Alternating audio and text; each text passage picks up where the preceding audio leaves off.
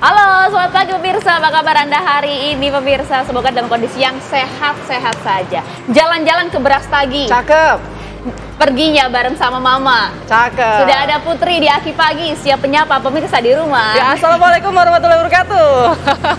Senang sekali ya pagi ini cerah, secerah partner saya pada pagi hari ini. Kita akan hadirkan beragam informasi ya. Di antaranya yang lagi ramai lagi nih sekarang soal judi online. Sebetulnya PR judi online ini sudah dari tahun-tahun sebelumnya ya, jumlahnya meningkat terus. Bahkan di tahun ini Prabowo Subianto, presiden kita, mengatakan potensi kerugiannya itu bisa mencapai 900 triliun rupiah. Triliunan, bahkan kalau kita lihat judi online bahkan sekarang cuma bisa modal 10.000 saja Put. Betul. Udah bisa itu terjerat oleh judi online. Ini yang kemudian harus kita waspadai dan bagaimana ya kita bisa memberantas hal semacam ini dengan modal 10.000 dan juga berlaga seperti game online. Apakah ada sistem yang salah mungkin? Itu dia, nanti kita akan bahas ya dalam sesi diskusi nanti di Apa Kabar Siap Pagi. Tapi sebelumnya pemirsa, kami hadirkan terlebih dahulu informasi untuk Anda, di mana ini ada informasi juga yang ramai di media sosial, di mana penghuni Lapas Tanjung Raja Ogan Ilir Sumatera Selatan diduga ya Put ya, pesta narkoba di dalam lapas. Ya, ironisnya petugas yang berjaga ini seolah-olah tidak tahu dengan insiden tersebut.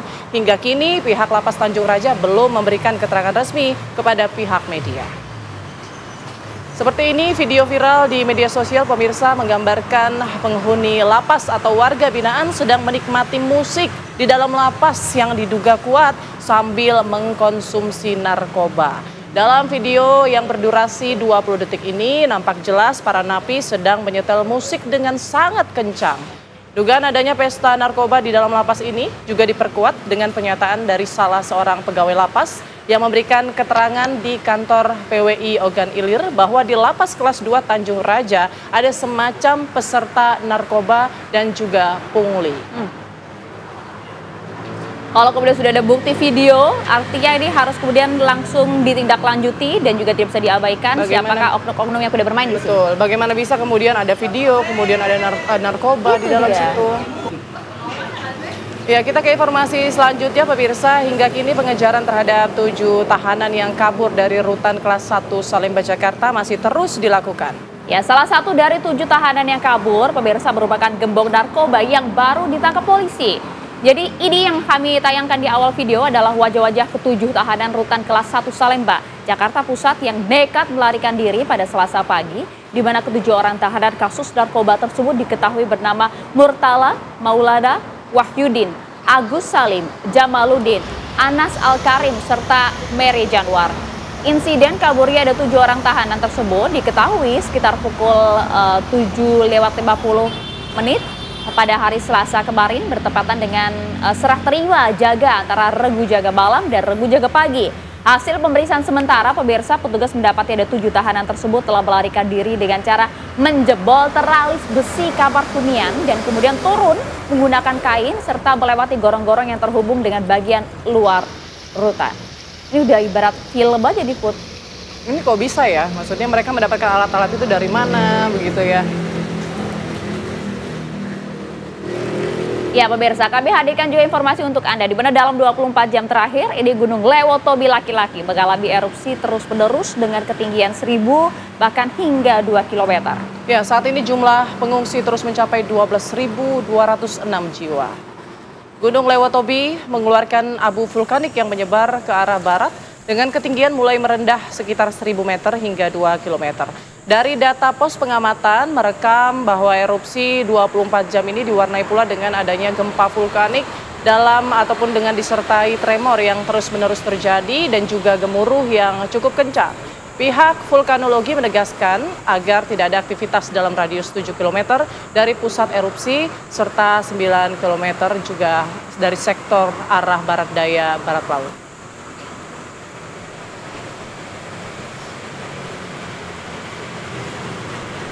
Ya pemirsa, kita beralih ke informasi selanjutnya, informasi dari Wakil Presiden Republik Indonesia Gibran Rakabuming Raka yang mengunjungi para pengungsi erupsi Gunung Lewotobi di Kabupaten Flores Timur, NTT.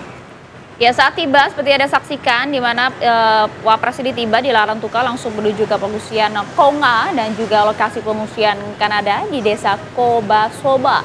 Saat tiba di pengungsian, Wapres pun langsung diserbu oleh ribuan pengungsi yang berebut untuk berjabat tangan.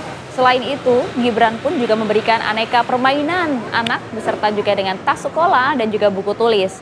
Usai bertemu dengan anak-anak, Wapres Gibran menggelar rapat terbatas di tenda pengungsi. Di mana dalam rapat tersebut tentunya Gibran membahas sejumlah hal termasuk juga bagaimana kemudian cara mengatasi dan juga membuat para pengungsi Gunung Lewatobi nyaman meskipun dalam pengungsian. Beserta rencana pembahasan itu ya, pembangunan beberapa kediaman.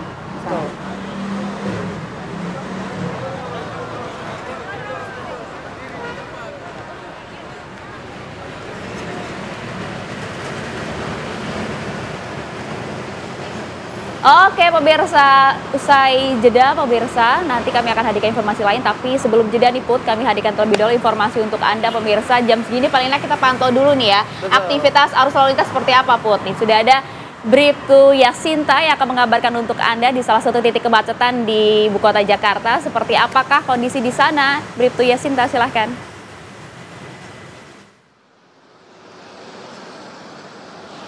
Ya baik, terima kasih rekan-rekan di studio dan selamat pagi pemirsa. Kali ini kembali bersama saya Bribtu Yasinta akan mengajak Anda untuk memantau langsung bagaimana kondisi arus lalu lintas terkini tepatnya di kawasan Semanggi, Jakarta Selatan. Bisa langsung kita saksikan bersama di belakang saya. Saat ini situasi lalu lintas di kawasan ini pada umumnya sudah mulai terlihat adanya peningkatan volume kendaraan bertepatan dengan jam berangkat perkantoran. Khususnya di jalur tol dalam kota dari Cawang yang akan menuju Grogol, begitupun arah sebaliknya. Perlambatan kecepatan sesekali hanya terjadi di pintu tol Semanggi karena adanya perpecahan jalur dan banyaknya kendaraan yang akan memasuki tol dalam kota maupun yang akan lurus menuju Selipi. Namun selepasnya kendaraan dapat melaju dengan kecepatan normal berkisar 60 km per jam. Bagi Anda yang akan melintasi jalur tol, kami himbau agar tidak menggunakan bahu jalan karena bahu jalan hanya diperuntukkan bagi kendaraan dalam keadaan darurat saja. Dan apabila Anda ingin berpindah lajur, pastikan aman dengan terlebih dahulu melihat situasi lalu lintas di belakang Anda, serta menyalakan lampu sen sebagai isyarat kepada pengguna jalan lainnya. Kemudian situasi arus lalu lintas di jalur arteri dari Cawang yang akan menuju Selipi maupun arah sebaliknya saat ini terpantau kondusif lancar, di mana kendaraan yang melintas didominasi kendaraan pribadi baik roda 2 maupun roda 4 dengan laju kendaraan yang melintas berkisar 40 hingga 50 km per jam. Dan saat ini sudah ada petugas kami di lapangan yang mengatur arus lalu lintas di kawasan ini. Dan untuk mengantisipasi kepadatan lalu lintas, petugas kami di lapangan memberlakukan sistem kontraflow di tol dalam kota yang berlaku mulai dari kilometer 0.200 Cawang sampai dengan kilometer 7.200 Semanggi, pukul 6.00 hingga pukul 10.00 waktu Indonesia Barat. Bagi Anda yang akan melintasi kawasan ini, khususnya di jalur arteri, harap antisipasi adanya pertemuan arus kendaraan dari Blok M maupun Cawang yang akan menuju Semanggi, dan kami himbau kepada para pengendara untuk tetap berhati-hati, perhatikan laju kendaraan Anda dalam batas kecepatan normal, dan tetap ikuti arahan petugas kami yang berada di lapangan. Dan pemirsa, kami tak bosan-bosannya menghimbau kepada Anda sebelum Anda berkendara, pastikan Anda dan kondisi fisik kendaraan Anda dalam keadaan prima.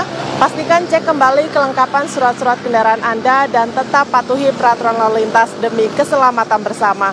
Untuk informasi selengkapnya seputar arus lalu lintas terkini, Anda dapat menghubungi call center kami di 1500669 atau SMS center di 9119. Stop pelanggaran, stop kecelakaan, keselamatan untuk kemanusiaan, Indonesia tertib, dan salam presisi.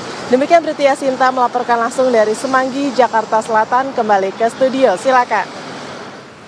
Baik, terima kasih Bribtu Yasinta. Terpantau lancar ya arus lalu lintas saat ini di Semanggi, Jakarta Selatan, tapi tetap harus hati-hati buat yang berkendara untuk berangkat ke kantor.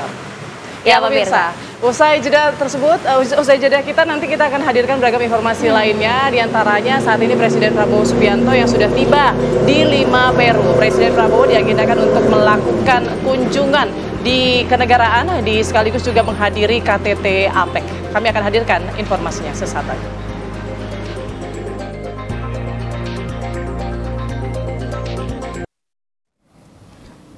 Anda kembali di sini pemirsa di Apa Kabar Indonesia Pagi. Kami hadirkan informasi untuk Anda di mana Presiden Prabowo Subianto tiba di Pangkalan Militer Angkatan Udara Grupo 8 Alar Bandara Internasional George Caves di Lima, Peru. Ya, kedatangan Prabowo disambut Menteri Pertanian Peru, Angel Manuel Manero, dan sejumlah pejabat lain. Dalam kunjungannya kali ini, pemirsa, Presiden Prabowo diagendakan untuk melakukan kunjungan kenegaraan sekaligus menghadiri konferensi tingkat tinggi atau KTT Kerjasama Ekonomi Asia Pasifik (APEC).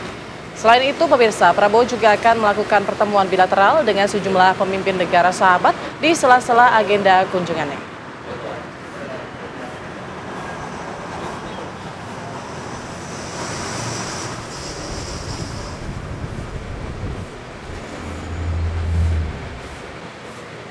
Ya, pemirsa, Ketua Kamar Dagang dan Industri sekaligus Ketua ABAK, Anindya Bakri, ikut menyambut Presiden RI Prabowo Subianto di Peru. Ya, kedatangan Presiden Prabowo Subianto ke Peru dalam rangka kunjungan kenegaraan sekaligus menghadiri konferensi tingkat tinggi KTT Kerjasama Ekonomi Asia Pasifik atau APEC.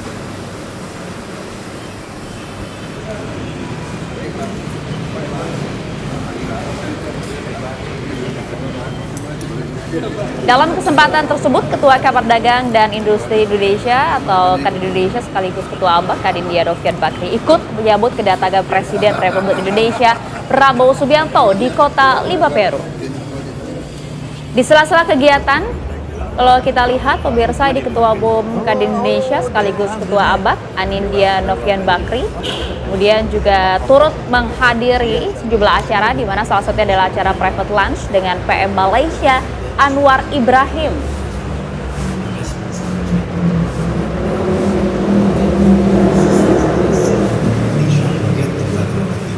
Anindya Bakri juga hadir sebagai salah satu pembicara di Forum APEC CEO Summit Peru 2024 sebagai Ketua Kadin sekaligus Presiden dan CEO Bakri & Brothers.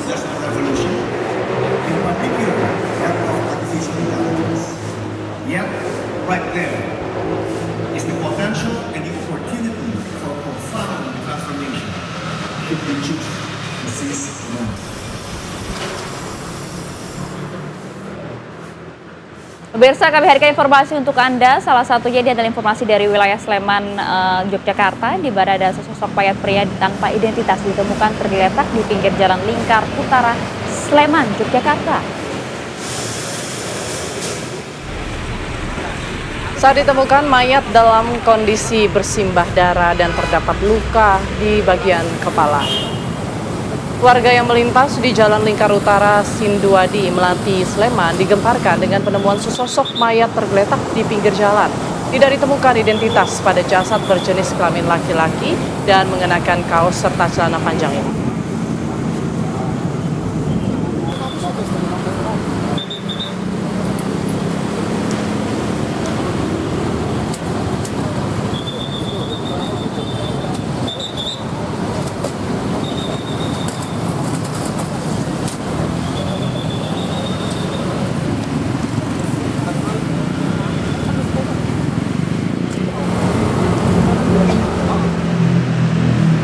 Ya, pemirsa, kami akan ajak Anda untuk mendalami hal ini. Sudah tergabung bersama dengan kami ada AKP Rizky Adrian, Kasat Reskrim Polresta Sleman. Selamat pagi Pak Kasat. Assalamualaikum. Waalaikumsalam. Selamat pagi Mbak Maria dan Mbak Putri. Ya, Pak Rizky, mungkin Anda bisa jelaskan terlebih dahulu. Ini pengungkapan penemuan mayat ini sebenarnya awal seperti apa? Apakah sudah ada hasil-hasil dari olah TKP sementara?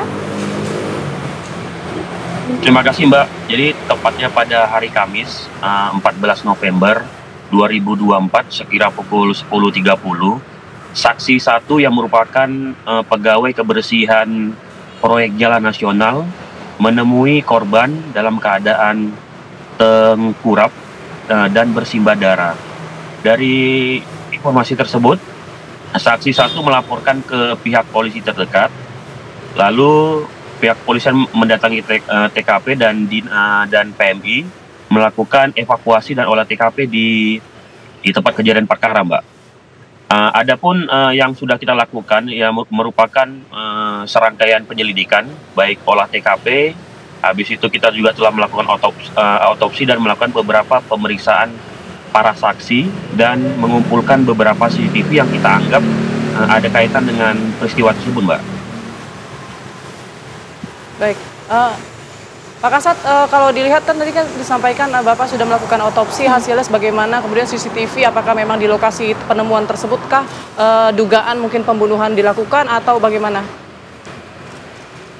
Jadi untuk otopsi sudah kita lakukan, tadi malam baru selesai sekira pukul 21.00, yang mana memang hasilnya terdapat benturan benda tumpul di sekitar kepala bagian belakang sebelah kiri, Mbak. Selain itu juga kita telah melakukan menurunkan inafis, kita telah mendapatkan identitas korban, Mbak, dan kita sudah mendatangi rumah dari korban dan kita menjumpai paman korban yang tinggal bersama korban. Memang paman korban menyampaikan bahwa korban keluar dari rumah sekira pukul 4 dini hari, Mbak, yang mana sudah terkonfirmasi dengan CCTV yang berada di seputaran rumah korban juga, Mbak. Oke, adakah indikasi kekerasan, Pak? Untuk kekerasan ada, namun untuk memastikan apakah itu kekerasan kejahatan atau tabrak lari juga kita masih mendalami, Mbak, karena kita juga menuruni unit laka lantas, Mbak. Oke, baik, informasi sementara seperti itu. Nanti kita akan tunggu bagaimana kelanjutannya. Terima kasih AKP Rizky Adrian, Kasat Reskrim Polresta Sleman telah bergabung bersama kami di Apa Kabar Indonesia Pagi. Selamat pagi, selamat bertugas kembali.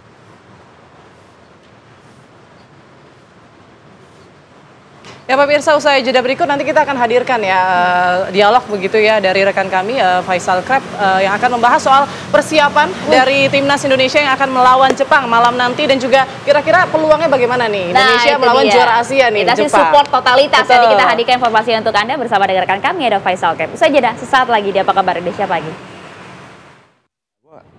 Blockingan.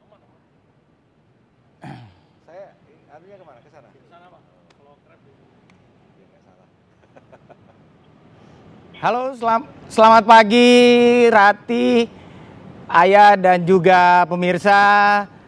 Langsung dari lantai 4 Hotel Fairmont, Senayan, Jakarta, di mana pada pagi hari ini kita akan membahas terkait jelang laga kelima atau laga home kedua round ketiga kualifikasi Piala Dunia 2026 zona Asia, di mana pada malam nanti tepat pukul 7 waktu Indonesia bagian Barat, skuad Garuda Timnas Indonesia akan menjamu tim Samurai Biru Jepang di Stadion Utama Gelora Bung Karno Senayan. Dan untuk mengetahui terkait persiapan, strategi dan juga komposisi materi pemain yang akan diturunkan pada malam nanti, pada pagi hari ini saya juga sudah tidak sendiri karena saya sudah ditemani oleh dua narasumber yang sangat-sangat luar biasa.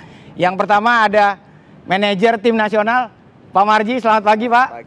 Selamat pagi, terima kasih waktunya, Pak. Pagi ini kita biasanya Zoom terus, kali ini khusus menghadapi Jepang kita live langsung nih, Pak ya, di Hotel Fairmont. Tiba-tiba datang ke sini. Iya. Yang kedua kita ada pengamat sepak bola yang sudah tidak asing lagi di negeri ini. Siapa lagi kalau bukan Bung Opan Lamara. Selamat pagi. Selamat pagi. Bang Opan. Assalamualaikum, Greg. Waalaikumsalam warahmatullahi wabarakatuh. Mas, masih. Makin segar Iya. aja. Pagi-pagi soalnya. Pagi-pagi ganggu waktu tidurnya. Enggak. Kalau saya Makanya sudah langsung disambangin di tempat. Iya, langsung khusus Kedadak. untuk TV One. Terima kasih, Pak. Ya. Pak Marji, mungkin terkait kondisi pemain, Pak. Beberapa jam jelang laga penting ini, Pak, menghadapi Jepang. Bagaimana, Pak, update-nya kondisi pemain sendiri? Baik. Update pemain secara keseluruhan 27 pemain, semuanya kondisinya sangat baik, tidak ada yang cedera. Dan 23 pemain yang akan didaftarkan semuanya kondisinya fit, fresh. Dan semalam semuanya melakukan kegiatan biasa, rutinitas, terapi dan lain sebagainya untuk meningkatkan performa para pemain. Salah satu diantaranya harus mengendorkan otot dan sebagainya. Kita canda dan sebagainya di ruang di ruang medical room. Semuanya cukup baik kondisinya para pemain dan itu sebagai modal utama untuk menghadapi pertandingan nanti malam. Jadi bisa dikatakan skuad Garuda siap tempur ya, Pak, nanti malam, Pak ya? Ya, seperti itulah. Mungkin Bang Opan, Ya. melihat ini home kedua, kita laga kelima, Ya. terkait peluang timnas Indonesia sendiri menghadapi Jepang, Bung Opan, pada malam nanti. Iya, grup C ini semakin menarik, terutama bagaimana peluang semakin terbuka bagi semua tim di grup C, termasuk Indonesia juga. Bagaimana tidak, kemarin sore Jepang menghadapi Arab Saudi, mereka bermain imbang tanpa gol. Kemudian kita sebenarnya berharap agar laga kedua tadi malam, jam 8 tadi malam, Bahrain setidaknya bisa imbang juga menghadapi Cina, tapi rupanya Cina menghadirkan kejutan, Krep, ya.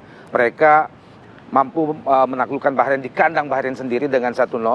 Ini membuat persaingan di grup C ini semakin seru, ya, karena dari 6 negara yang ada di sini, praktis dari peringkat 2 sampai peringkat juru kunci yang saat ini dihuni oleh Indonesia, selisih poin hanya 3, ya.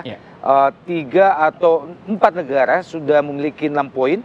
Kemudian Bahrain dan Indonesia 4 dan 3, ini membuat bagaimana persaingan dengan hasil laga 2 pertandingan di grup C ini semakin ketat. Dan kalau kita melihat bagaimana atau apakah ada kans untuk Indonesia menghadapi Jepang malam nanti, kenapa tidak? Jepang sebetulnya sangat istimewa jika kita melihat bagaimana poin yang mereka telah raih, 10 poin sejauh ini. Tapi menjadi catatan kita adalah bahwa mereka juga tidak terlalu, atau mereka juga memiliki celah sebenarnya, ya. Mereka berhasil ditahan imbang oleh Australia di kandang sendiri, kemudian menyapu yang lainnya dengan kemenangan. Dan ini dari celah yang Australia hadirkan itu setidaknya menjadi pelajaran, bisa dipelajari dengan sangat detail oleh Sinteyong dan timnya, bahwa sebetulnya ada celah untuk bisa mencuri poin di kandang kita sendiri malam nanti. Jadi bisa dikatakan dari hasil antara Jepang menghadapi Australia. Tidak mungkin ya, Bang Opan, ya. Semua bisa terjadi di lapangan. Betul. Kita juga berkaca dari bagaimana Indonesia bisa mendominasi pertandingan sepanjang menghadapi Cina di laga terakhir yang lalu. Kalau kita melihat position sekitar 76-77% Indonesia menguasai permainan, tapi kita akhirnya harus kalah 2-1 pada saat itu. Efektivitas yang ditunjukkan oleh Cina di babak pertama membuat kita terkejut dengan 2 gol yang mereka hadirkan pada saat itu. Sekali lagi, kans tidak selalu menjadi milik negara yang memang dari sisi peringkat FIFA jauh di atas kita. Dari sisi data dan fakta juga mereka bermain sangat efektif, sangat agresif. Kemudian hasil yang mereka juga seperti Jepang sudah sangat baik. Sekali lagi, sepak bola di grup C ini menunjukkan bahwa kehadiran Indonesia, Cina, dan Bahrain tidak bisa dianggap sebelah mata oleh 3 terbesar Asia, Jepang, Australia, dan juga Arab Saudi. Baik, mungkin Pak Marji, Pak, mungkin dengan absennya Mes Hilgers di laga malam nanti, tapi kita punya amunisi baru, Kevin Dix. Nah, mungkin gimana Pak Marji melihat sosok pemain yang satu ini dengan kehadirannya bersama skuad Garuda ini? Baik, jadi kehadiran Kevin itu cukup membuat tim itu tambah semangat lagi. Yang pertama, sosok dari Kevin Dix sendiri itu anak yang humble, anak yang baik, dan cepat bisa menyatu di tim, bisa canda-canda dengan teman-teman yang lain. Nah, ini modal utama di tim ini, karena saya melihat perkembangan selama Kevin Dix dia gabung dengan kita, latihan pertama, kedua, ketiga, ya dia enak banget, dan dia bisa cepat berbaur dengan temannya, dengan cepat dia bisa membangun chemistry dirinya dengan tim ini. Nah, ini modal utama. Artinya tidak ada mes pun, saya kira ini bukan sesuatu yang sangat berat, dikarenakan kan kalau kita melihat posisi pertahanan kita itu cukup kokoh, cukup bagus. Nah, sekarang tinggal bagaimana kita menerapkan strategi yang memang sudah dikasih tahu dan sudah diterapkan oleh Coach Shin dan sudah diajarkan. Ya, mudah-mudahan lah nanti akan ada hasil yang lebih baik. Mungkin kan kemarin sempat ada pertanyaan, mungkin pertanyaan saya dan juga mungkin pertanyaan dari publik sepak bola tanah air, bahwasanya ini bisa langsung nyetel nggak nih kehadiran Kevin Dix? Bisa langsung ngeblend nggak gitu? Bisa langsung adaptasi nggak? Chemistry-nya bisa langsung dapat nggak nih bersama tim ini? Nah, itu tadi yang saya bilang. Jadi pastikan kita bertanya-tanya nih, nih anak. Karena kan kebiasaan itu kan baru ketemu apakah bisa langsung bisa nyetel. Nah, ini yang saya lihat pada diri Kevin ini berbeda gitu. Begitu dia datang, karena dia anaknya humble, dia anaknya itu cepat berbaur, cepat bisa menyesuaikan situasi di tim, sehingga latihan 3 kali itu betul-betul bisa dimanfaatkan dengan baik. Dan saya melihat terakhir kemarin dia bermain latihan terakhir OT itu cukup baik, dan insya Allah lah, saya kok meyakini ada sesuatu yang berbeda di kali ini gitu dengan kehadiran Kevin Dix. Artinya kemestinya langsung ngeblend ya. Iya. Bahasa anak sekarang ngeblend ya. Langsung nyampur. Ya, langsung nyambung gitu, langsung nyambung. Memang apa ya? Pribadi anaknya baik gitu. Pribadi anaknya baik, Kevin. Dan tentu sebagai atlet sangat profesional ya. Sangat profesional. Sangat profesional dia. Oke. Pak Marji, Bung Opan, sebelum kita lanjutkan lagi pembicaraan kita, mungkin kita akan lanjutkan setelah jeda yang satu ini. Tetap di Apa Kabar Indonesia Pagi.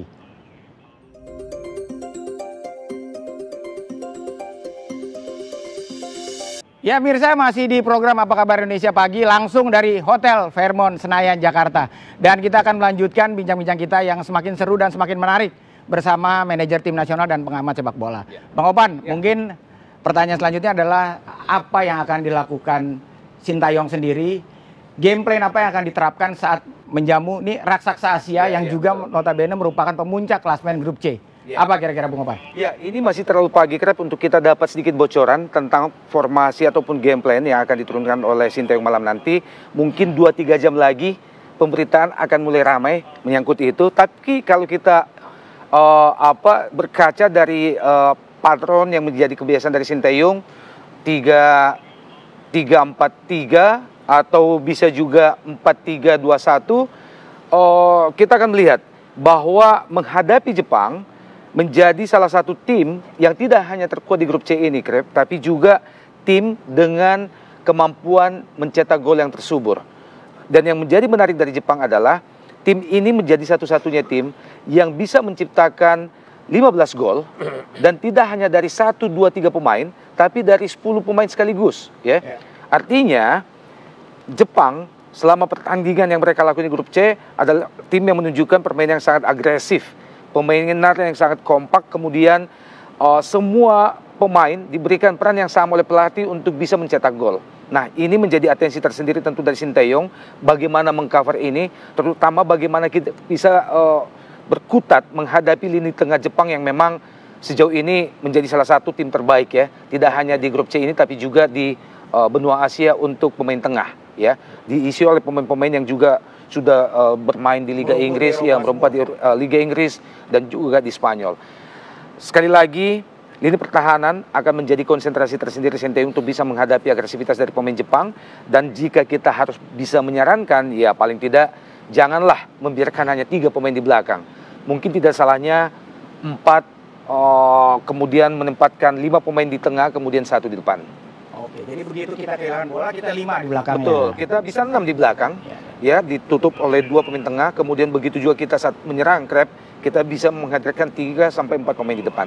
Oke, mungkin Pak Marji nih, Pak Marji, sosok manajer itu adalah sosok yang sangat sentral di sebuah tim, baik itu secara teknis maupun non teknis. Nah, mungkin yang menjadi pertanyaan saya adalah apakah Pak Marji juga selalu dilibatkan nggak sih Pak sama Sintayong gitu pada saat diskusi terkait taktikal atau plan A, plan B pada saat lawan gitu melakukan pertandingan gitu, membaca oh kalau saya nanti gamenya miss gitu nggak jalan, kita akan berubah dengan ini seperti.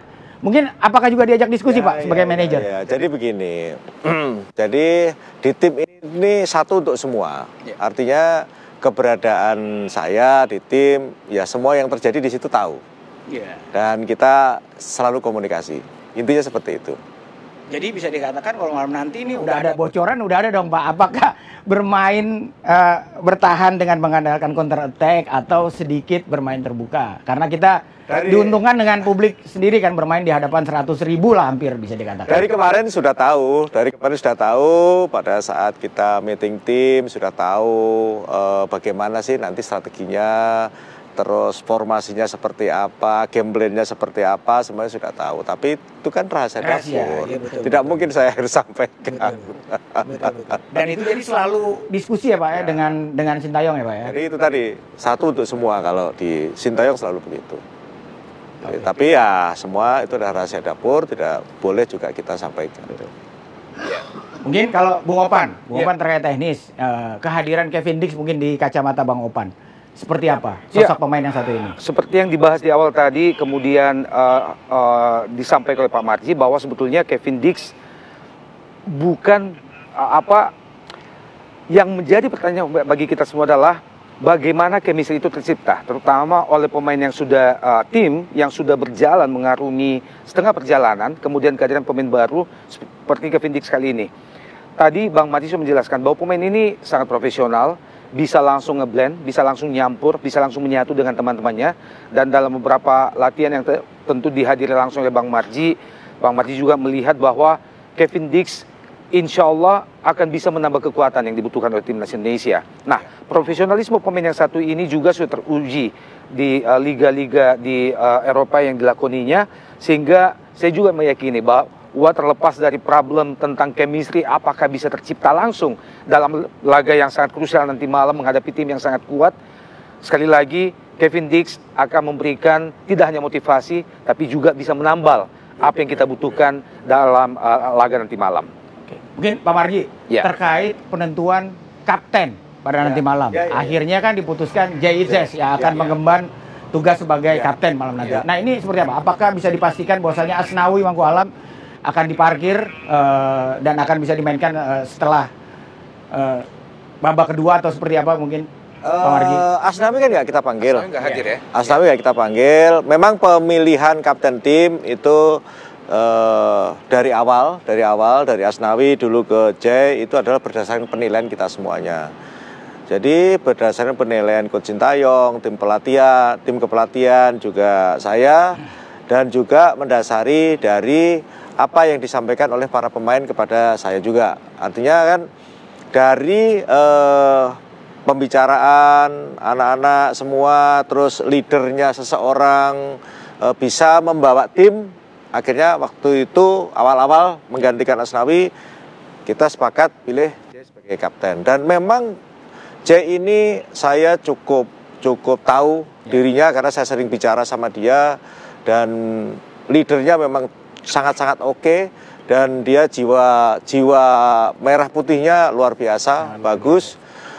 Kenapa saya katakan seperti itu? Karena itu tadi, J itu ketika ada temennya dalam kondisi yang mentalnya turun, dia langsung bicara. Dan dia bisa langsung jadi partner, diajak bicara, exit, keluarnya seperti apa, solusinya seperti apa gitu. Sehingga teman-temannya itu nyaman dan senang dengan keberadaan J. Sosok leadershipnya sangat memang sangat tenangannya di lini belakang juga. Ya, sangat bagus. Itu sudah kita buktikan berulang.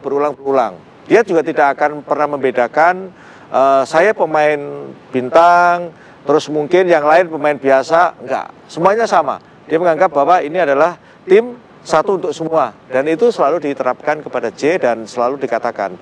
Satu contoh yang mungkin saya juga agak terkejut itu ketika dia melakukan kesalahan. Walaupun itu hanya telat sebentar saja, dia langsung berdiri, begitu kumpul semua, di meeting tim dia langsung berdiri minta maaf ke teman-teman semua. Itu enggak, saya belum pernah menemukan hal seperti itu. Nah, itulah sosok-sosok seperti itu yang memang dihargai oleh teman-teman semuanya di tim ini. Nah, sekarang dengan keberadaan J ini bisa dicontoh oleh teman-teman yang lain. Idealnya seperti inilah kapten tim, seperti itu. Ya, itulah manfaat yang bisa kita dapatkan jika timnas dihuni oleh pemain sekaliber JIZ. Ya, mega bintang yang bermain di kasta tertinggi Italia. Sebetulnya keberadaan JIZ sebagai motivator bisa kita lihat bagaimana padunya dia di belakang bersama Rizky Ridho ya. Pemain yang hanya bermain di Persija dalam tanda kutip bersama JIZ yang bermain di kasta tertinggi di Liga Italia. Rizky Ridho kan selama adanya JIZ kita melihat bagaimana performanya dari satu laga ke laga yang lain semakin luar biasa. Saling nutup. Prai JIZ ini tidak kecil terhadap keberadaan atau kebangkitan seorang Rizky Ridho. Nah, kita berharap malam nanti J dan Rizky ini jangan diutak-atik lagi, diberikan waktu bermain sejak menit awal ya. Dan sebetulnya saya tidak terlepas dari kritik saya dari setiap laga terhadap Sintayong tentunya, Krep, bahwa selain faktor chemistry harus bisa cepat didapatkan oleh pemain-pemain di bawah asuhan Sintayong, oleh beberapa pemainnya berkumpul pada saat Indonesia menjelang pertandingan seperti ini. Bagaimana Sintayong tidak terlalu konsisten dengan perubahan yang selalu menghadapkan kejutan ya. Dan sebetulnya buat kita itu bukan menjadi kejutan yang positif sebetulnya, tapi agak sedikit riskan. membahayakan, terutama di lini pertahanan. Berilah kesempatan lebih sering Jay dan Rizky Ridho. Percayalah, dua pilar ini menjadi terbaik di lini pertahanan kita saat ini untuk Indonesia. Oke, Bang Opan, Ya. sebelum kita lanjutkan lagi, Bang Opan, kita tahan dulu. Kita akan kembali lagi setelah jeda yang satu ini, tetap di program Apa Kabar Indonesia Pagi.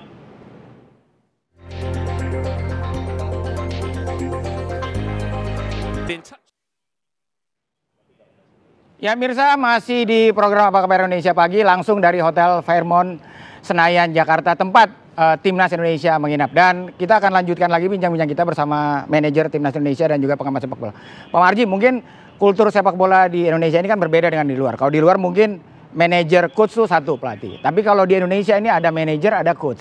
Nah mungkin Pak Marji sebagai manajer, one day before, apa yang difokuskan oleh Sintayong sendiri untuk menatap laga malam nanti? Dan juga mungkin kegiatan pagi hari ini nih, menjelang pertandingan malam nanti mungkin Pak, apa Pak bisa dirinci Pak? Ya. Jadi yang dipersiapkan oleh Coach Sintayong adalah yang pertama sama-sama dengan saya menjaga mentalitas pemain agar tetap pada konsisten terbaik. Itu yang pertama. Terus yang kedua, fokusnya Coach Sintayong adalah menyiapkan game plan sesuai dengan lawan yang kita hadapi. Termasuk bagaimana strategi yang paling tepat supaya anak-anak betul-betul bisa menjalankan itu. Person to person, masing-masing anak-anak sudah betul-betul diajari sama Coach Sintayong pada saat meeting tim satu-satu, kamu harus berbuat apa, di masing-masing posisi, kamu harus bagaimana, semuanya detail sudah disampaikan kepada para pemain. Itu memang tugasnya Coach Sintayong bersama-sama dibantu oleh tim kepelatihan dan tim analis untuk bisa tahu seperti apa sih lawan yang kita hadapi. Dan itu sudah semua. Terus yang Pagi hari ini kegiatan pagi hari ini apakah dicek sama dokter gimana kesehatan pemain? Ya, jadi gini. Pagi hari ini anak-anak bangun, ini sudah bangun semua, sebentar lagi breakfast, sarapan pagi.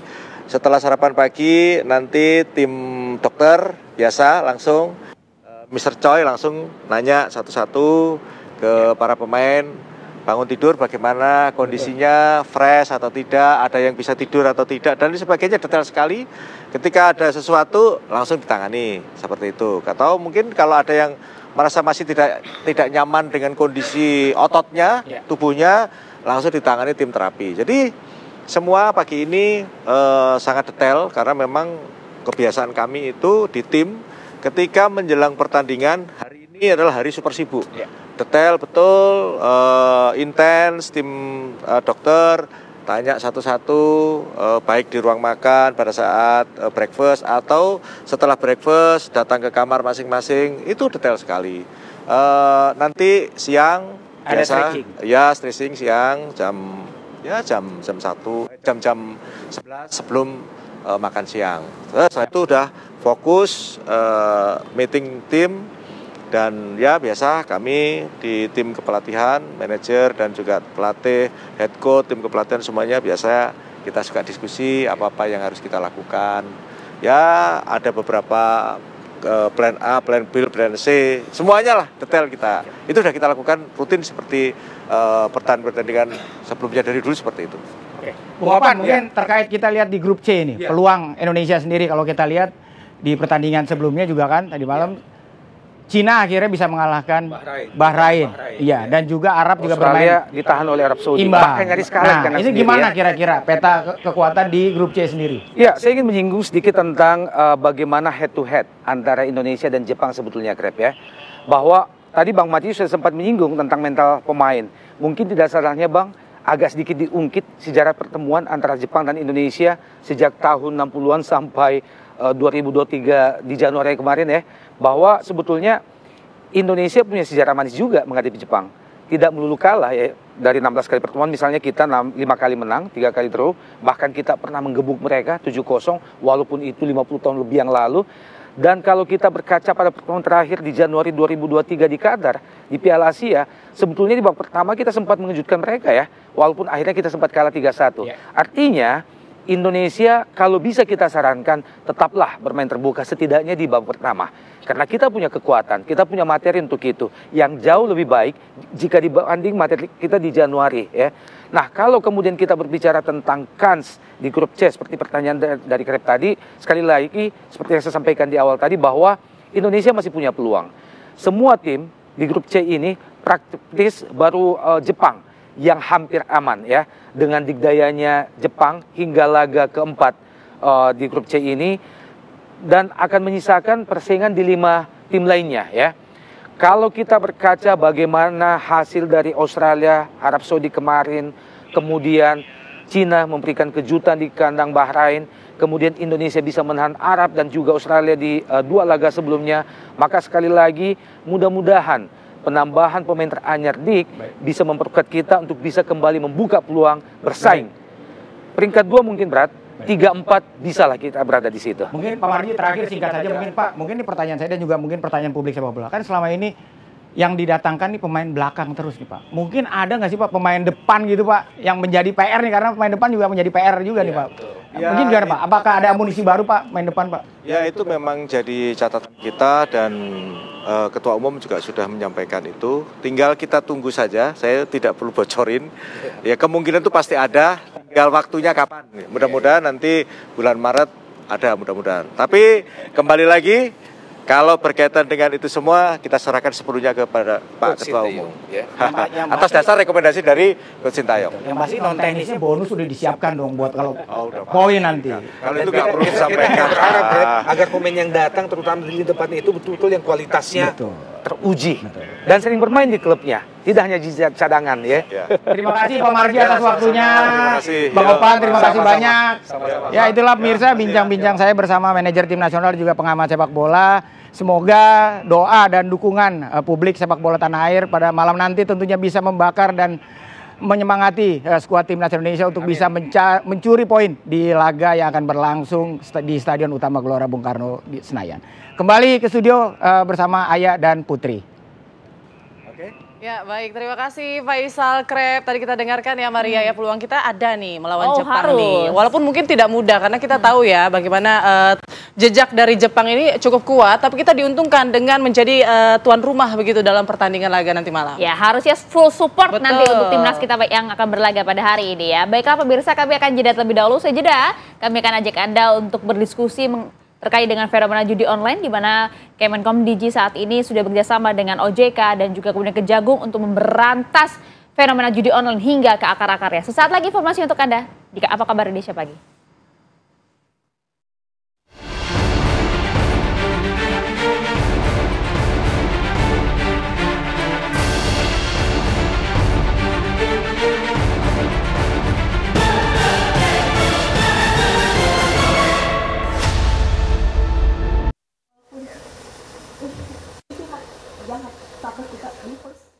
Sejumlah ibu rumah tangga di Cilincing, Jakarta Utara mencurahkan isi hatinya pada Menteri Komunikasi dan Digital, Mutia Hafid, mengenai judi online yang kini menjadi petaka di keluarganya. Suami saya sendiri, karena dia mengalami seperti itu. Dari rumah tangga saya yang kehidupannya normal, biasa aja. Satu persatu, para wanita ini membuka diri tentang perubahan sikap suami atau anak-anak mereka akibat judol. Mereka menangis karena tak tahu harus bagaimana mengatasi masalah ini.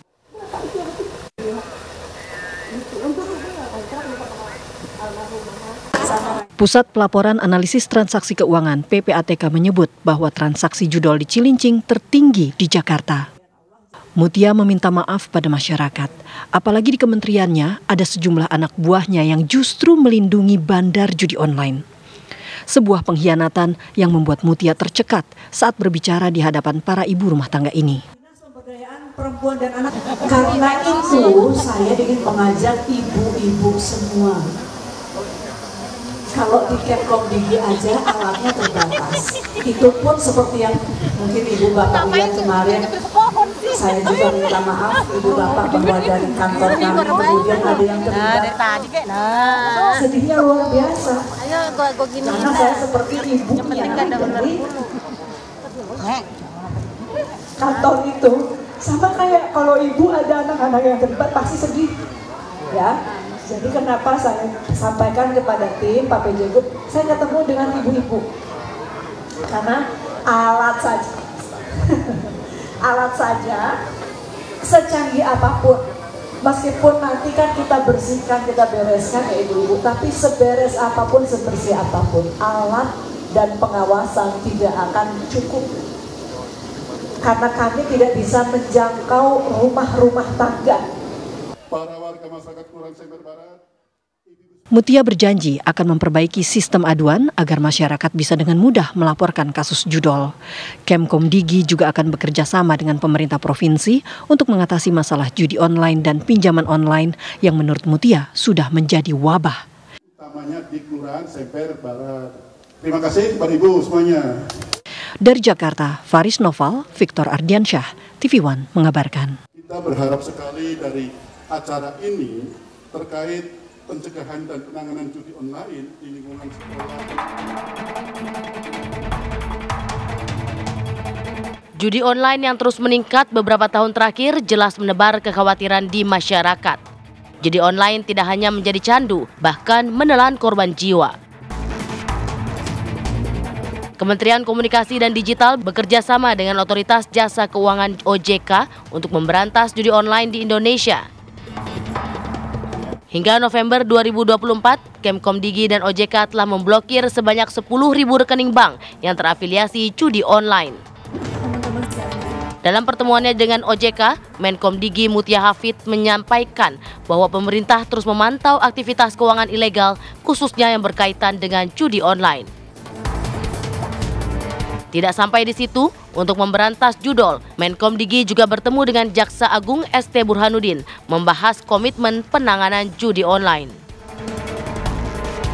Dengan semakin menjamurnya fenomena judi online, pemberantasan judol sampai ke akar-akarnya menjadi salah satu hal yang paling dinanti oleh masyarakat. Tim TV One mengabarkan.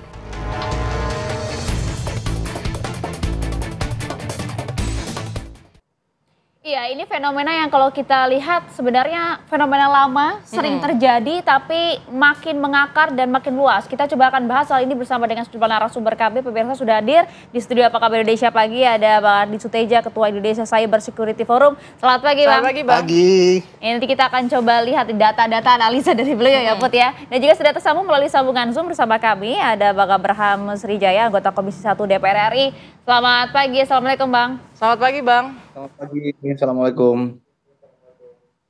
Waalaikumsalam. Saya langsung mau ke Bang Ardi terlebih dulu Bang. Kalau kita lihat nih, oke, ini bisa kita katakan kan, ini bukan kasus baru, ini kasus lama gitu kan. Udah ribuan bahkan jutaan situs sudah diblokir oleh Kominfo dulu. Bahkan hingga saat ini Komdigi juga per hari udah mencapai 18.000 situs ataupun konten yang juga diblokir. Tapi nampaknya tumbuh satu, mati satu, tumbuh 1.000 nih Bang. Seperti apa? Ini kan sesuatu fenomena yang sebetulnya kita harus antisipasi ya sejak era digital ya. Bahkan 2013 saya masih ingat tuh kita udah punya kajian ya, pembuatan laporan ya di Kemenko Polhukam tuh terkait juga ancaman-ancaman yang akan muncul ya, termasuk salah satu fenomena ini judi online. Bahkan kalau kita lihat di negara-negara lain seperti Brasil itu juga sekarang sudah menjadi persoalan besar ya. Jadi masalah judi online ini bukan hanya fenomena di Indonesia tapi sampai seluruh dunia. Terutama negara-negara berkembang ya, yang ekonominya juga sekarang lagi mengalami kontraksi ya, itu pasti akan muncul fenomena itu karena orang perlu sumber dana ya, yang mudah, ada iming-iming seperti itu, dia cari yang mudah, jalan pintas itu, tanpa berpikir panjang, akhirnya terlihat muncullah judi online. Nah, habis judi online susah duit, apalagi dia cari kan? Berikutnya kita udah tahu ceritanya kan. Nah itu. Pinjol akhirnya. Tapi sesulit itukah Bang untuk memberantas ini? Kalau kita orang awam kan melihat kan sudah ada OJK, PPATK, sebenarnya gampang ya memblokir gitu. Kenapa sekarang malah meningkat angkanya setiap tahun? Itu kan baru sumber duitnya. Alur peta sumber duitnya kelihatan. Tugasnya intelijen keuangan kan PPATK. Tapi yang jadi masalah server permainan judi online-nya kan nggak ada di sini. Itu ada di luar negeri. Nah itu sulit kita berantas. Sulit, karena di negara lain, di mana kita belum tentu punya perjanjian bilateral untuk mengusut ke sana. Ada juga kalanya judi ini adalah sumber pendapatan bagi negara. Ini jadi negara di mana server itu berdomisili. Yang dilegalkan di sana. Dilegalkan. Nah ini juga menjadi persoalan. Nah sekarang bagaimana kita membangun semacam kemitraan ya, aliansi secara bilateral, mungkin multilateral, secara mungkin ASEAN ya. Untuk bisa menghentikan alur ini. Nah itulah mungkin tugas pemerintah yang sekarang itu untuk mencari jalan, bagaimana ini bisa dibangun kerjasama antar negara ini. Ya, oke. Tapi kan saya mau langsung ke Bang Abram. Bang Abram, kalau Anda lihat betulkah kemudian ini memang masalahnya karena harus ada komunikasi bilateral untuk kemudian membahas hal ini dan juga memberantas hal ini. Karena lagi-lagi kita tentunya nggak mau ya yang tertangkap di sini sudah susah payah pemerintah memberantas judi online. Tapi yang ditangkap hanya ibaratnya kerucut-kerucutnya saja. Ini puncak kakapnya. Akarnya belum tercabut gitu ya. Itu dia Bang, monggo Bang. Ya, pertama-tama saya harus sampaikan dulu bahwa sebelum Bapak Presiden berangkat kemarin, beliau telah menyampaikan untuk seluruh instansi, mulai dari BIN, Kejaksaan, Kapolri, Komdigi, dan lain-lain untuk bersatu padu untuk melakukan pencegahan dan pemberantasan judi online ini secara menyeluruh.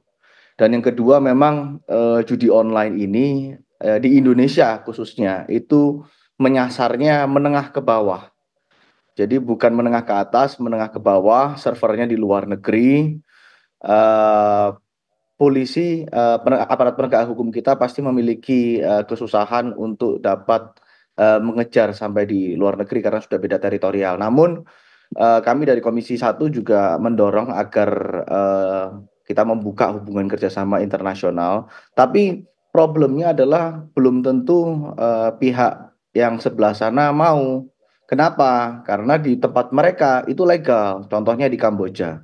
Di Kamboja itu kalau misalnya kita punya izin license kasino, mereka bisa beroperasi dengan legal, termasuk mengoperasikan judi online yang lingkup wilayahnya bukan hanya di Kamboja, tapi di seluruh dunia.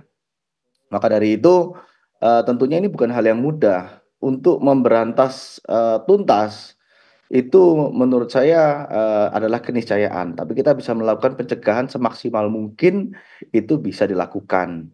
Nah, cara-cara yang kami kemarin sempat sampaikan adalah agar seluruh instansi ini bekerja sama, termasuk melaksanakan arahan Bapak Prabowo. Contoh, mulai dari PPATK, dari OJK membuat kerjasama dengan Komdigi kemarin, dengan cekrekening.id kalau nggak salah, untuk bisa mengecek rekeningnya, payment gateway.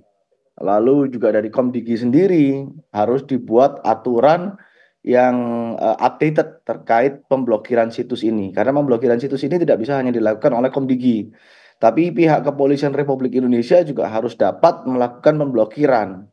Karena selama ini mereka hanya melakukan portal aduan instansi di mana Polri hanya melaporkan kepada Komdigi. Ini website ini yang terindikasi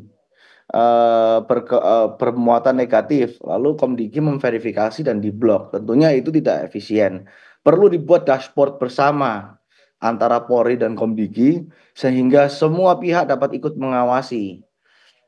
Dan harus dibuat peraturan formilnya yang jelas. Baik. Gitu mungkin dari saya. Ya. Bang Abraham, tadi kan Anda bilang ya, maksudnya di negara tertentu itu legal. Nah, kita agak sulit nih untuk memberantasnya. Yang bisa kita lakukan adalah pencegahan. Tapi pertanyaannya, ini tersangka judi online ini justru ada internal dari Komdigi sendiri.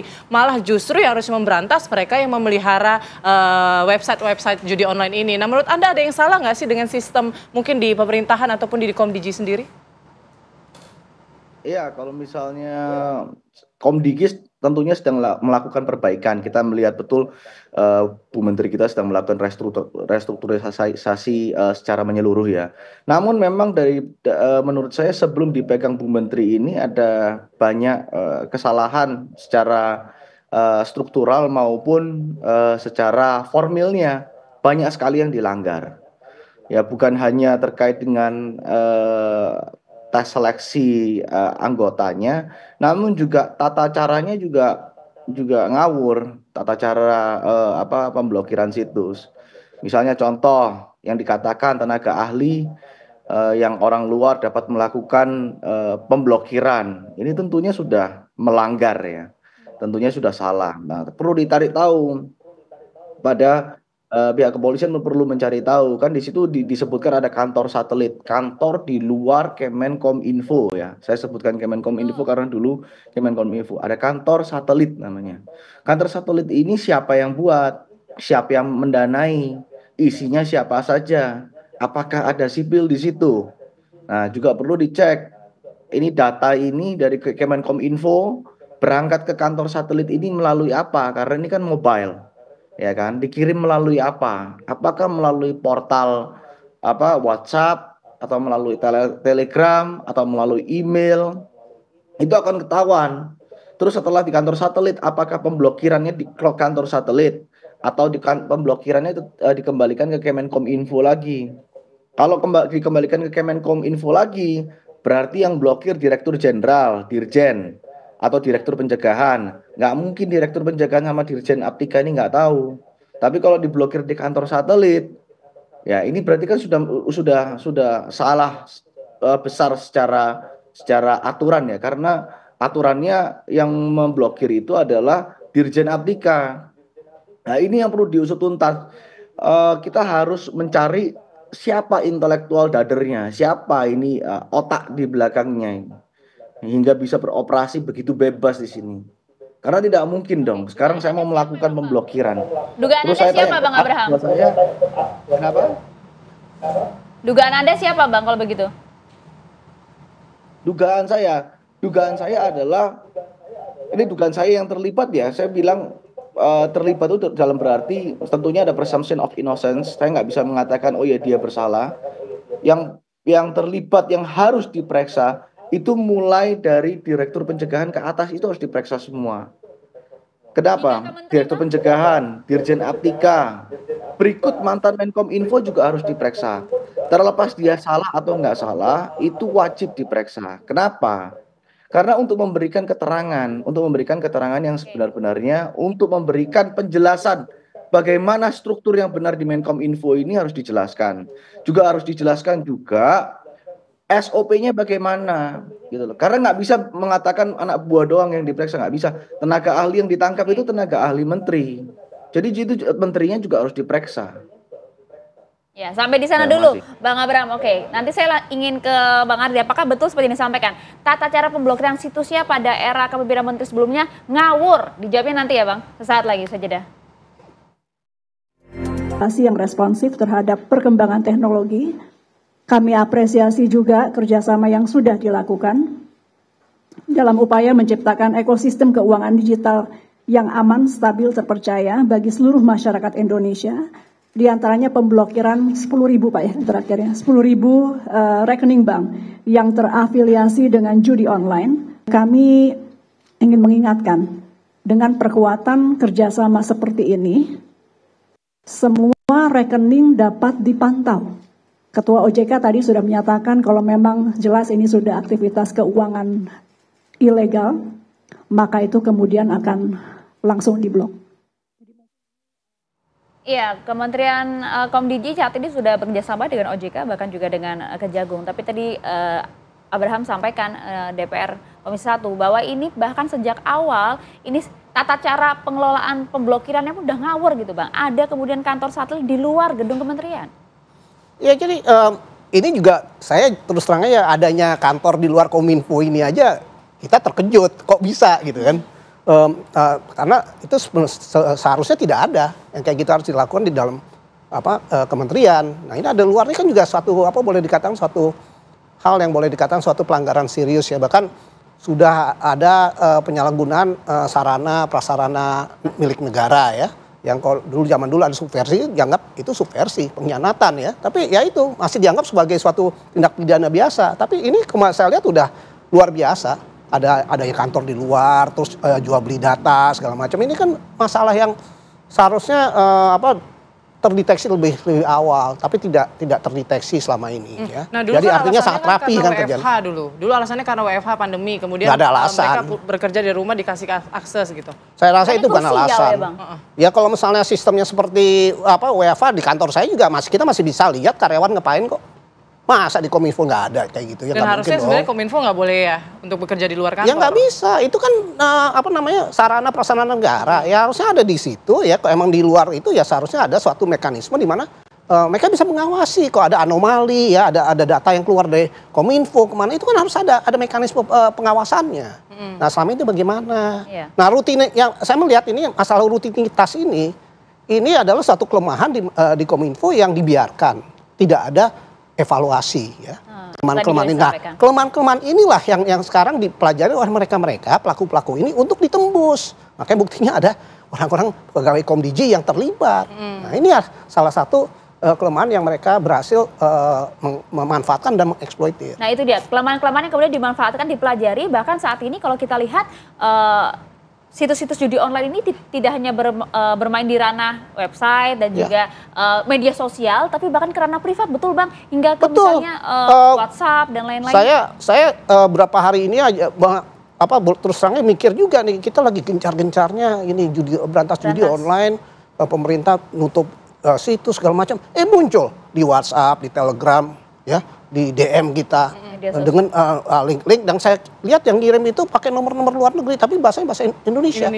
Nah ini gimana nih? Artinya satu ditutup, mereka punya alternatif jalan lain. Karena memang ada juga sebagian orang Indonesia yang mungkin ditipu gitu ya, dia direkrut untuk bekerja di sana yang mereka juga tidak tahu itu judi online. Itu ada beberapa orang. Ada, kemungkinan itu selalu ada ya. Tapi masalahnya saya meyakini ya mereka sudah siap dengan berbagai alternatif. Kalau satu diblokir ya, alternatif berikutnya dia akan gerakin ya. Mungkin sampai 3 atau 4 lapis. Tapi kan justru lebih sulit lagi dikontrol kalau ranahnya privat, Bang. Kayak saya bilang kalau kayak gini kan artinya kita berhadapan dengan suatu kekuatan yang lebih besar daripada yang kita pahami selama ini. Nah, itu yang juga menjadi tantangan. Makanya sekarang saya rasa ini harus dijadikan semacam gerakan nasional ya, bersama semua pihak harus terlibat. Nggak bisa hanya pemerintah. Masyarakat gimana? Pemuka-pemuka agama gimana? Teman-teman di dunia pendidikan bagaimana, orang tua gimana. Nah ini kan semuanya harus ikut. Nah ini tadi menarik juga ya soal masalah satelit di luar begitu ya, kantor satelit di luar, pengawasannya harusnya lebih ketat, evaluasinya harusnya lebih ketat. Nah harusnya diaudit ya Bang. Tapi kalau Bang Abraham sendiri melihat apa perlukah audit ini atau bahkan rekening-rekening dari para karyawan ataupun pegawai di Kominfo ataupun Komdiji ini perlu nggak diaudit juga ini biar tahu nih aliran dananya sampai kemana? Ya. Jadi logikanya kalau misalnya rekeningnya masyarakat diawasi, apalagi rekening pegawai Komdigi kan, kira-kira logikanya kan seperti itu. Namun kami dari Komisi 1 mensupport full apapun yang dilakukan Komdigi sekarang, karena kita melihat Bu Menteri kita betul-betul berkomitmen. Bahkan kemarin beberapa hari yang lalu saya bertemu dengan Bu Menteri. Bu Menteri mengatakan beliau akan membuka luang selebar-lebarnya agar Komdigi dapat diperiksa secara menyeluruh. Siapa-siapa saja yang terlibat dalam penyelewengan wewenang ini. Lalu yang kedua, kami dari Komisi 1 pun kemarin sudah rapat dan kita sudah ketok dibentuknya Panja Judi Online yang diketuai oleh Wakil Ketua Komisi 1 kami, Pak Dev Laksono, yang tentunya kita akan mulai dalam waktu cukup dekat. Dari situ kita akan membuka khususnya terkait dengan judi online ini di Kominfo yang lama dan Komdigi. Ya. Halo. Ya, kemudian Satgas juga sudah dibentuk. Tapi kan saat ini itu tadi permasalahan baru muncul bahwa mereka ini menyasarnya sudah bukan ranah terbuka seperti media sosial dan juga website lain-lain, tapi sudah ke ranah privat yang justru tentu pengawasannya harus lebih ketat lagi nih.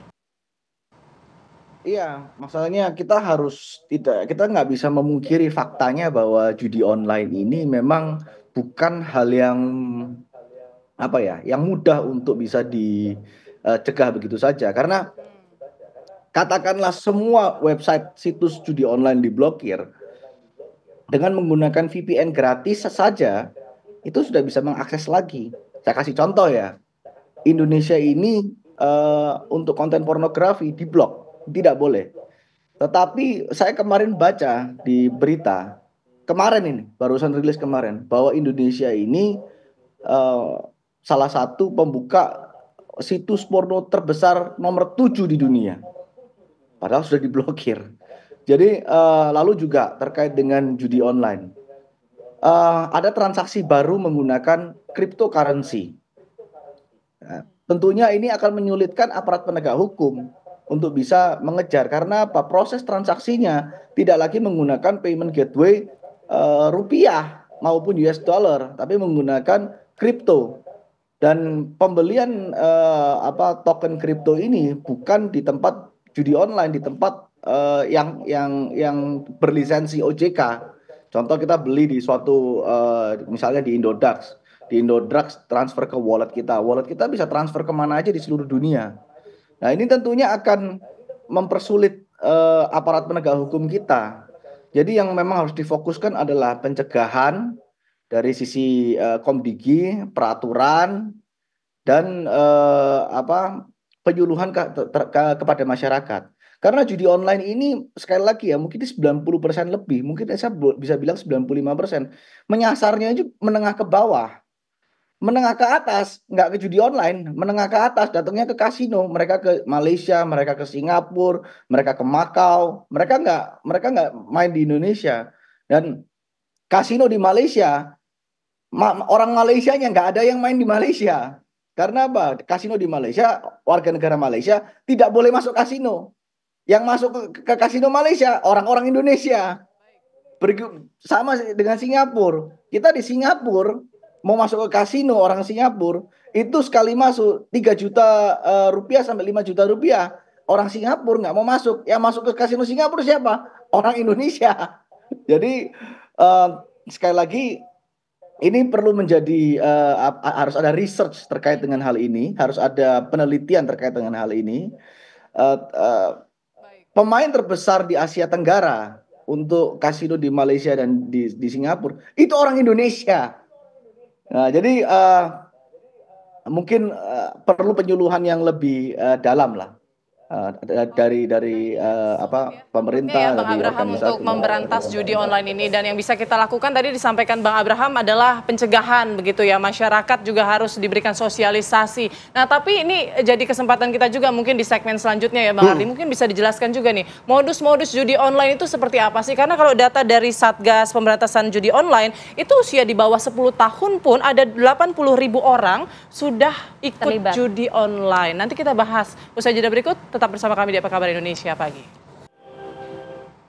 Ya, Anda kembali di Apa Kabar Indonesia Pagi. Langsung saja Bang Ardi menjawab pertanyaan saya tadi. Ini anak di bawah 10 tahun sudah main judi online. Nah, modus-modus apa sih sebenarnya yang perlu kita waspadai nih? Masyarakat harus tahu. Jadi ini suatu, ya kalau dibilang udah melebihi keprihatinan ya. Kalau udah anak-anak udah terlibat judi online. Nah ini juga akan menjadi suatu masalah besar buat bangsa kita. Ya, generasi terusnya. Nah ini juga modus-modus penjeratan ya dari usia dini ya. Ini kan memang suatu hal yang klasik ya. Kalau kita bicara narkoba, itu kan biasanya juga dulu narkoba itu nggak mungkin tiba-tiba orang kecanduan narkoba tanpa diberikan tester ya, tanda kutip tester. Nah ini ya testernya lewat game online. Ya, itu dikasih kecil-kecil dulu jumlahnya sekian. Dibuat ketagihan, oh ini gampang nih menang, besok dia ini lagi. Akhirnya apa? Terus menerus kan, nggak bisa dihentikan kan. Meskipun game-game untuk anak-anak?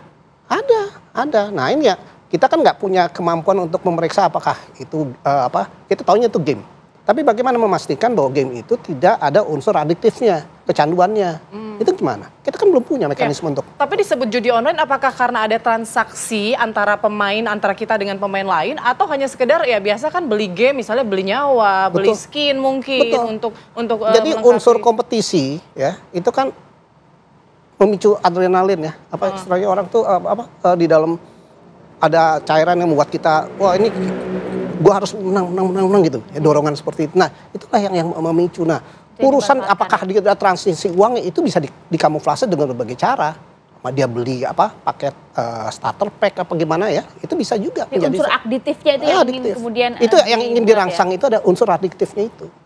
Nah itu bertahap ya, itu biasa seperti itu. Dan ini klasik ya, saya ngalamin proses memahami pelajari proses ini ketika saya di Amerika terkait dengan narkoba. Berarti, saya nggak kebayang saya pulang di Indonesia juga meledak. Berarti bukan hanya pencegahan judulnya, tapi juga mungkin perbaiki psikologisnya. Betul, juga jadi kognitif ya, kita lihat dari aspek kognitif sejak dini pendidik. Makanya saya bilang kemana ini peran teman-teman kita di dunia pendidikan, pemuka agama, ya, pemuka masyarakat ini kan masalahnya serius. Ya kita baru tahu ujungnya gede, transaksinya udah gede, pemainnya orang besar, orang dewasa. Bagaimana yang generasi penerusnya? Yes. Oh ini kok dibiarkan, kita punya problem lebih besar lagi untuk berikutnya. Yang kita nggak pernah bayang gitu. Ini problem besar, artinya kita nanti akan seperti apa? Di DPR sudah akan ada panja, kemudian dari Komdigi juga sudah ada Satgas. Next apa ini? Ya, jadi pada dasarnya ya Komisi 1 ini mitra kerja kami adalah Komdigi yang sebetulnya di Komdigi ini tidak memiliki kewenangan untuk memberantas, hanya melakukan pencegahan. Namun pencegahan yang dilakukan Komdigi ini tidak dapat dilakukan sendirian, harus bekerja sama dengan instansi lain, dengan PPATK, OJK, khususnya dengan Polri. Mengapa? Karena pada dasarnya sebetulnya yang memiliki upaya paksa itu adalah Polri. Misalnya contoh yang selalu saya sebutkan adalah kemampuan untuk memblokir sesuatu, itu kan kita mencabut hak seseorang. Kita menggunakan upaya paksa kalau di Polri itu dalam tahap penyidikan. Jadi saya berharap betul bahwa Komdigi ini dapat bekerja sama dengan Polri untuk menciptakan dashboard bersama agar pihak Polri juga dapat melakukan pemblokiran situs secara langsung tanpa harus melalui portal aduan instansi lagi. Mengapa? Karena perkembangan media sosial dan perkembangan teknologi ini sangat cepat terjadi. Dan bukan hanya situs judi online, namun konten SARA, konten porno, konten negatif lainnya itu harus dapat diblokir dengan cepat. Karena jangan sampai nanti ada pihak-pihak yang mencoba untuk mengadu domba kita, namun tidak dapat diatasi dengan baik, dengan cepat. Maka dari itu harus dibentuk dashboard bersama, semuanya harus punya. Mulai dari Polri, memberantas judi online ya Bang Abraham, dan kita juga tadi judi online fokusnya SARA dan juga pornografi juga menjadi fokus dari pemerintah juga untuk diberantas ya. Terima kasih banyak. Baik, terima kasih Bang Abraham. Bang Ardi terima kasih sudah banyak bergabung bersama kami Apa Kabar Indonesia Pagi. Oke, pemirsa, itu tadi akhir diskusi kita di Apa Kabar Indonesia Pagi. Terima kasih atas kebersamaan Anda selama 2 jam terakhir. Saya Maria Segaf. Dan saya Putri Windasari pamit. Terima kasih. Sesaat lagi Anda akan menyaksikan kabar utama. Sampai jumpa.